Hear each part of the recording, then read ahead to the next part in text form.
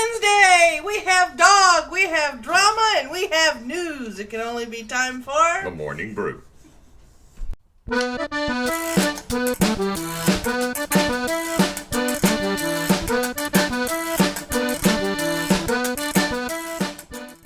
Yep, well, I got my stories, and all of a sudden another one is breaking, so it looks like I'm going to have to find if there is a release of an executive order out there, because Trump signed another executive order. It's called a Religious Freedom Order, and apparently it makes loopholes for federal employees to discriminate against LGBT, supposedly. I am not saying that's a definite. The story is just breaking. I'm going to see what I can find. And if I can find the executive order, that would be a jackpot. But that's what's going on. And of course, everybody's jumping to conclusions. So, you know, we have Takei going, oh, now he's going after us. Come after us, Takei. Take your senility pill, honey. Well, you're a good actor, but... Here's what I think. What I think he's trying to do is close up some of the clauses that allowed people to file all of these discrimination things, because let's face it, if there's some people out there, when it comes to their religion, if your lifestyle conflicts with their religious preference, and they can't even say no to you. Yeah. Even if they own the business, they cannot say no to you. Yeah. Yes, you're free to practice your religion, but people of certain religions and everything do not have to do business with you. No. It's a long-standing concept and everything that, and you used to see the signs everywhere, that we reserve the right to refuse service. Yeah. Mm-hmm. To anyone, actually. I think that's the way it ended. Yeah. So, yeah, I'm going to be looking into that. I'm going to be reading the executive order, see if I can, navigate through all the legalese. Ooh, legalese. Legalese. That's one language that's a little tricky for me. So, I particularly enjoy it, but... on that note, you know what it's time for? It's time for the news.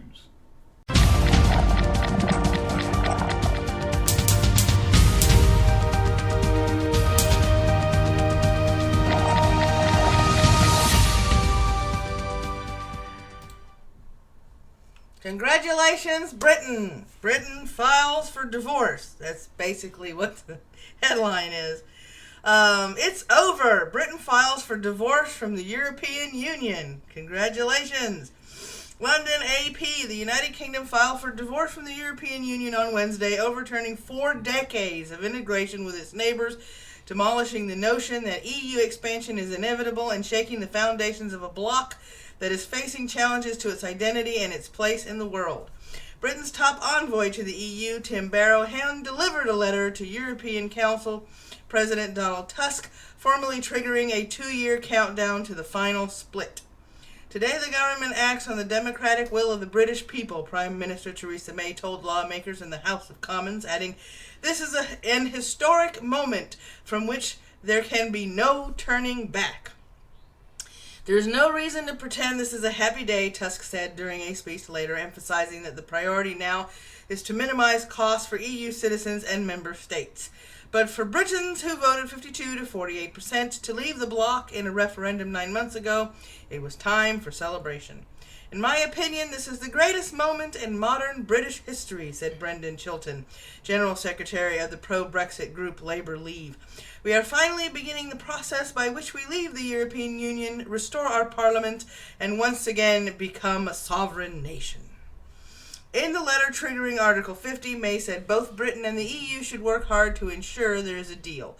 "We should engage with one another constructively and respectfully, in a spirit of sincere cooperation," she wrote. "The loss of a major member is destabilizing for the EU." Which is You battling. don't have anybody to pay your costs for you. Yeah, which is battling to contain a tide of nationalist and populist sentiment and faces unprecedented antipathy from the new resident of the White House. It is even more tumultuous for Britain, for all the UK's government's confident talk of forging a close and friendly new relationship with its neighbours. It cannot be sure what its future relationship with the bloc will look like, whether businesses will freely be able to trade, students to study abroad, or pensioners to retire with ease in other EU states. Those things have become part of life since the UK joined what was then called the European Economic Community in 1973. It's not even certain that the United Kingdom will survive the exit intact. Scotland's Parliament voted Tuesday to back First Minister Nicola Sturgeon's call for a referendum on independence within 2 years. Scottish voters backed remaining in the EU in last year's vote, and Sturgeon insists Scotland must not be taken down a path that we do not want to go down without a choice. The trigger fell for all the economic and constitutional uncertainty as Article 50, a previously obscure clause of the EU's Lisbon Treaty that allows a member state to withdraw from the bloc. The two sides now have until March 2019 to agree on a divorce settlement. I like how they're calling it a divorce. And, if possible, establish a new relationship between Britain, the world's fifth largest economy, and the EU, a vast single market stretching over 27 countries and 500 million people.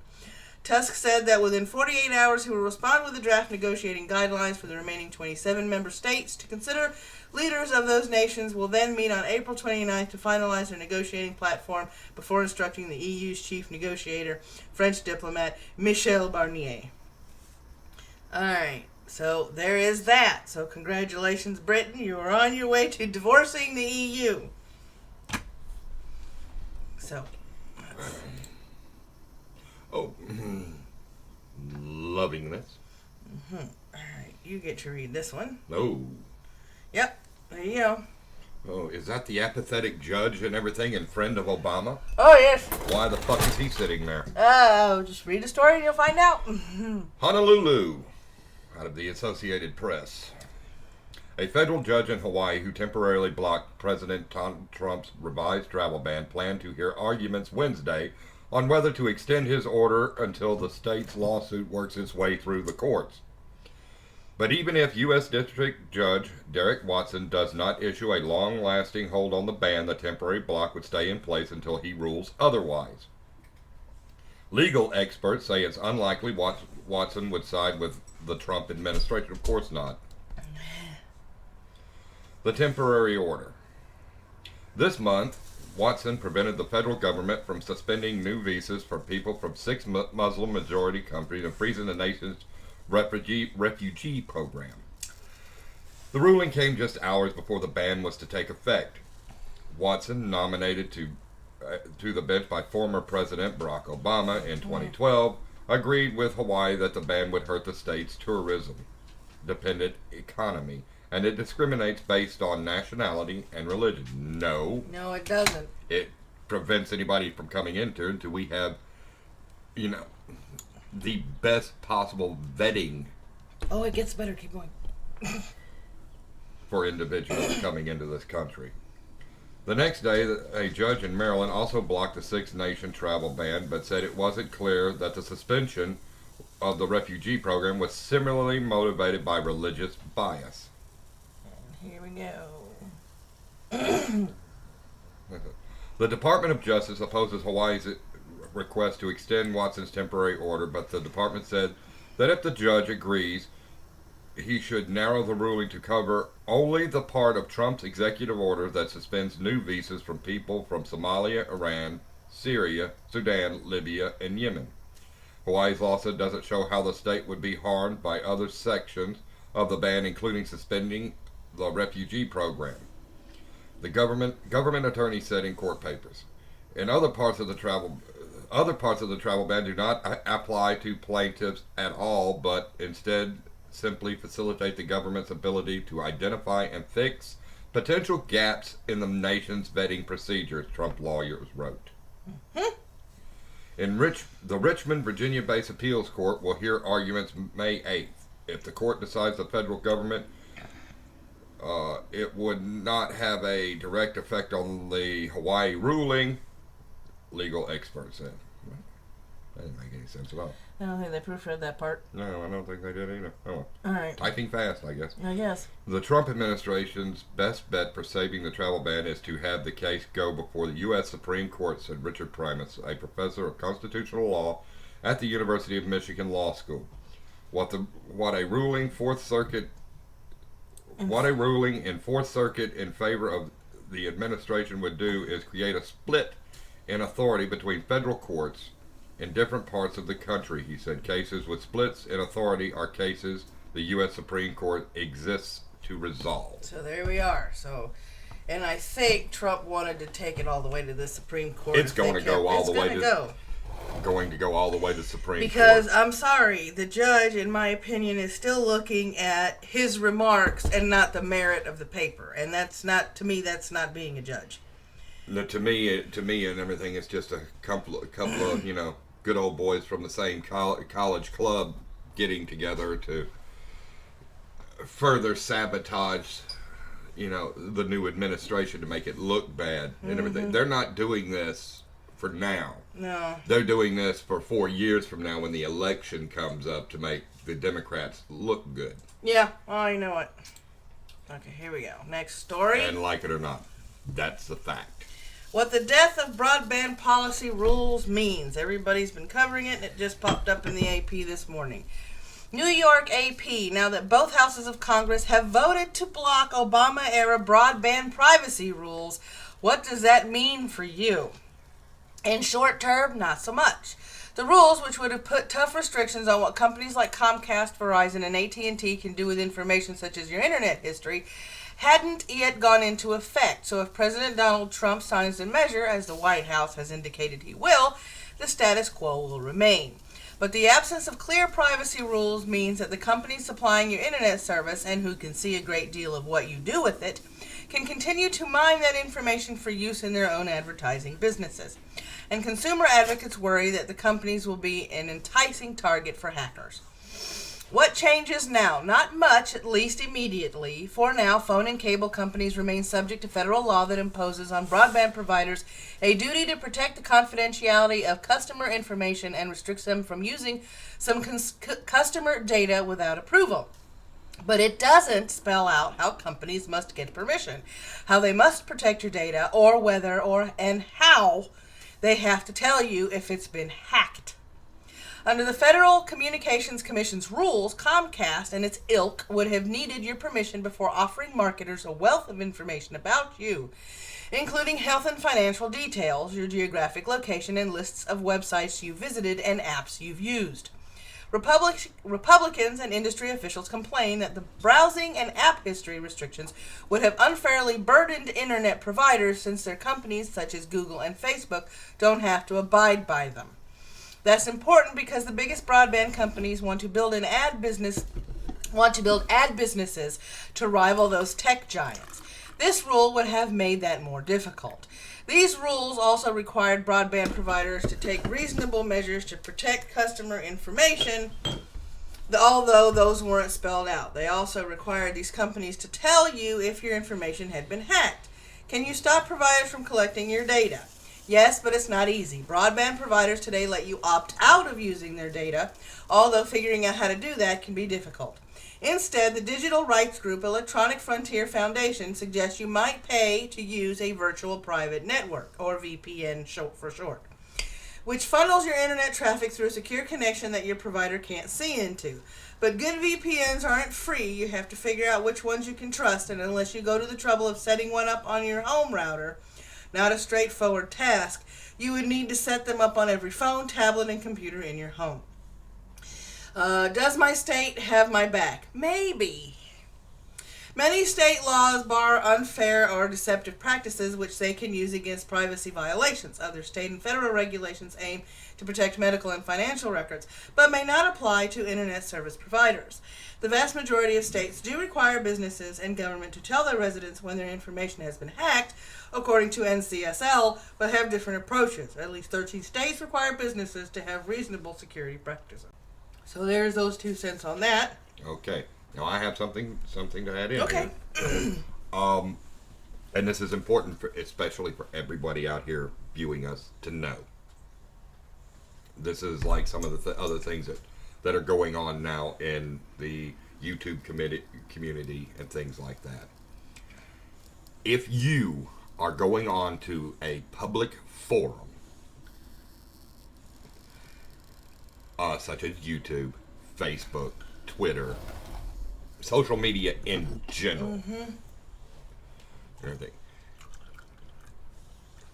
This is no different than, really and truly, and this is being honest, this is no different than us being all at the mall at the same time having a conversation or shopping together or doing things like that. There is no privacy. Honestly, there is none. If you apply for a credit rating at any store, anybody associated with that store, manufacturers associated with that store, you remember the old books of coupons you would get every time you turned around and you couldn't figure out where they were coming from. It's because you were shopping at those stores. Yep. If you paid for anything with a credit card, your debit card, anything, they have your address now. Oh, well, let's offer them deals at this to entice them to come back. This is all that's going on. There's also companies out there that sell address lists. And this is where us as a community, especially the skeptic community, and what we're going through, this is where everything goes along too and everything. This is a public forum. And Sorry. All these people and everything talk about, they have all the harassment claims and things like that. Okay, number one, 90% of these claims is just you getting your feelings hurt. Number two, why are you going out of your way to watch people that have an opposing view of you if you don't like it? Yeah. All right, let's move on to the next one. All right, last and final one. Okay. You get to read this one. Okay. This picture over here is about how the nuclear option works. It's also linked down below.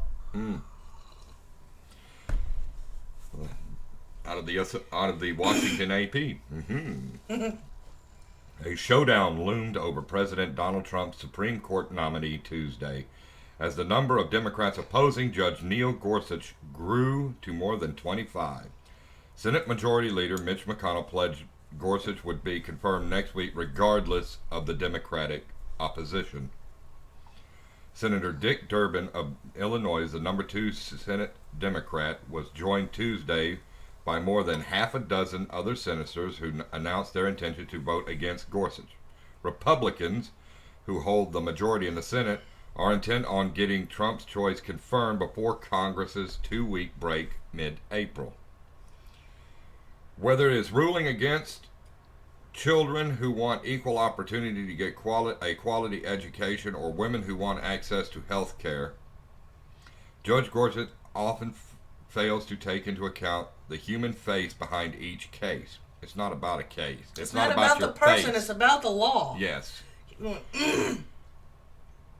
Said Senator Gary Peters, Democrat from Michigan, one of the other senators announcing opposition on Tuesday. Republicans defend Gorsuch, with Senator John Cornyn, Republican out of Texas, calling him an incredibly well-qualified judge and urging Democrats to allow an up or down vote.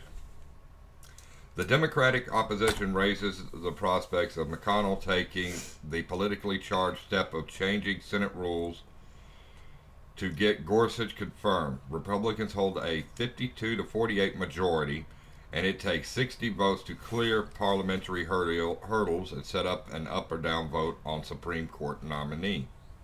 McConnell could push for a rule change to win approval for the nominee with a simple majority in the 100-member Senate.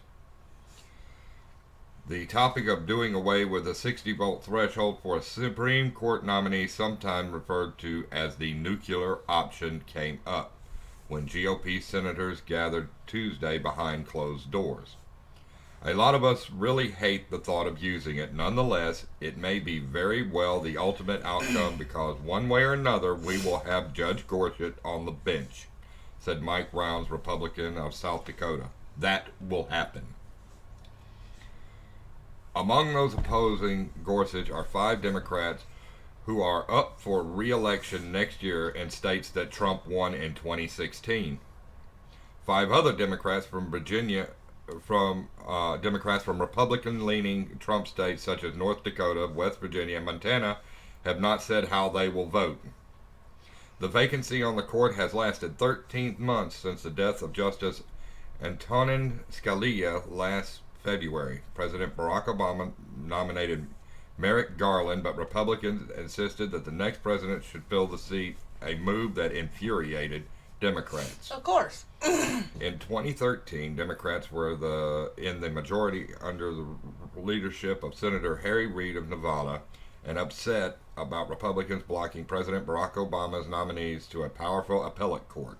The Democrats pushed through enough votes through a rules change, lowering the vote threshold on all nominees except the Supreme Court from 60 to a simple majority. At the time, McConnell warned the Democrats the strategy would backfire. I say to my friends on the other side of the aisles, you will regret this, and you will regret it a lot sooner than you think. Yep, and they're regretting it already. Obama appointed enough fucking people. That's why everybody kept calling all his appointees czars and shit, because he wasn't going through legal processes to get anybody appointed. He was just putting them there, and we had to live with it. Mm-hmm. All right. You know what's next? Oh, we're going to give some mentions. Mm-hmm. And they must view this. Do we have good ones? Oh, yes. We've got some good ones. Well, all right. Starting with our friend Egal Matreaux. Egal Matreaux has his 2 cents on this video, ranting on YouTube ad crackdown. He provides a perspective that most other people haven't touched yet, like the rating system and how it works and why he thinks advertisers are pulling their ads. So you guys come over here, give it a look-see. I don't think you're going to be disappointed. I kind of liked his point of view on this one. He needs to write the bear arm. With a mighty song in his heart and wonderfully rhythmic pipes to boot, Irate Bear is showing his support for the divorce from the EU. In this video, Article 50, Brexit begins. He goes into a little more detail than we did, so y'all come check this out, and you won't be disappointed with his singing either. No, I can't hit the notes that he actually hit. No. Best I can do is, I'm so blue. My body says, hey fool, you're 49, not 29. All right, you are not seeing things. This is Paul Joseph Watson's channel. YouTube censorship, the ugly truth. He's interviewing Dave Cullen from Computing Forever on his channel about the censorship, about the ads being pulled, and what's going on YouTube and Google as a whole. And they refer to, and I believe rightfully so, Google as a monopoly. I'm not sure that counts. Oh, you haven't seen how many properties they own. I know how many properties they own. Remember, I was building servers for them. Oh, yeah. Right. There's that. All right. They do have their hands in a lot of things, but I don't think they have enough controlling interest in all of those things to actually be classified as a monopoly. Here we go. And this is our favorite monkey over here, about to tackle a Fusion article. Should the police be abolished? Now, I was listening to this last night, and this woman, I think she's been drinking too much Kool-Aid. Dear dumbass. No, that's his line. You can't take his line. Damn it. Dear jackass. Dear idiot child. Dear ass hat. Dumb fuck? I don't know. How about? With the way they're cracking down, we have to do it, cleanly. The politically correct. Yes. Dear developmentally retarded person. No. No? No. It would be more of like, I know now that we cannot call somebody outwardly a dickhead. Right. That's a no-no and everything. So the proper way of saying this and everything is they just suffer from penile cranial syndrome. Right. Penile cranial syndrome. Yes. Okay, next one on the list. Yes, I know. This isn't a shout out. This is a recommended view because who am I to shout out somebody with over 5 million viewers? This is Philip DeFranco. I never miss an episode, and this particular episode has something a bit disturbing. Apparently, there are new TSA rules and regulations, and there was a woman trying to go through with her 12-year-old child who has a sensory development issue, going through the TSA, and he talks about that story because the TSA agent spent 2 minutes patting down this boy. Yeah, it's pretty bad when even Philly D says, I would be in jail right now. Yeah, so look out for disgusting people outraged over new video exposing TSA's treatment of a child. And those are our recommended views for the day. So, you know what's next? We have a hashtag. Mm-hmm. And Daddy picked it. I found a hashtag. Hashtag lies my mom would tell. Here we go. Sitting too close to the TV will ruin your eyesight. Oh, I've heard that one more times than I can count. Boys will like you when you're older. That noise was just your dad and me jumping on the bed. Yeah, okay. Your face is going to stay that way if you keep doing that. I'm coming right back. Oh, wait. That's what I tell my kids. Spam is real ham. I'm proud of you. Aw, poor guy. One day you'll be president, Hillary. I'm just resting my eyes. I'm full when I ask if everyone wants that last slice of pizza. Oh, wow. Looks like the beach is closing. We have to go home. No matter if it's cold, flu, chickenpox, or cancer, the solution is always get a haircut. You're gorgeous, honey. They're just jealous. If you cross your eyes, they're gonna stay that way. Oh, I ain't even reading that one. That one's not good. Okay, Mom, it's 6:50 a.m. Me gets up and sees that it's only 6:30. Why? You're an angel. Maybe later? Laundry is fun if you make a game out of it, so now I hide it and refuse to seek. Me, why is my hair so soft and my sister's so rough? Her IDK. Dear Chelsea Clinton, do yourself a favor and lay off this hashtag. You've had a rough enough Twitter week. It's not just a server in Chelsea Clinton's bathroom either. Oh, now they're bashing on Chelsea. Don't swallow the seeds, otherwise you'll grow a tree out of your butt. God, I heard that from my dad, actually. We can't afford this only on December. When December comes, she is like, we have to put away this money. January, I must pay school fees. After you manage to escape, and she will say, I will hit you.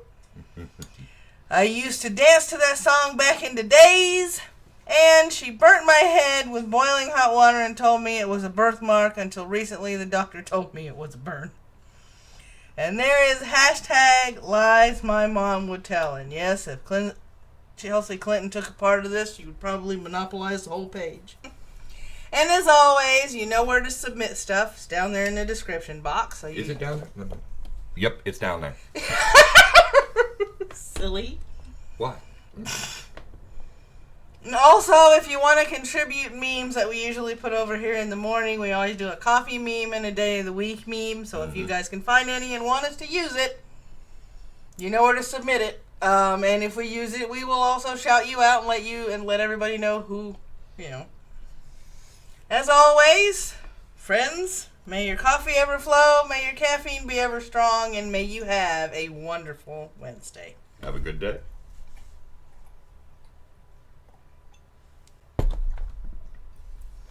He really had to go, by the way. Oh, okay. Thanks for spending a bit of your morning with us as we sipped coffee, talked news, and had fun in the process. We appreciate you stopping by our little corner of the internet and invite you to start a conversation in the comment section below. Don't forget to check out our other videos, and as always, stay funny, stay weird, and stay caffeinated.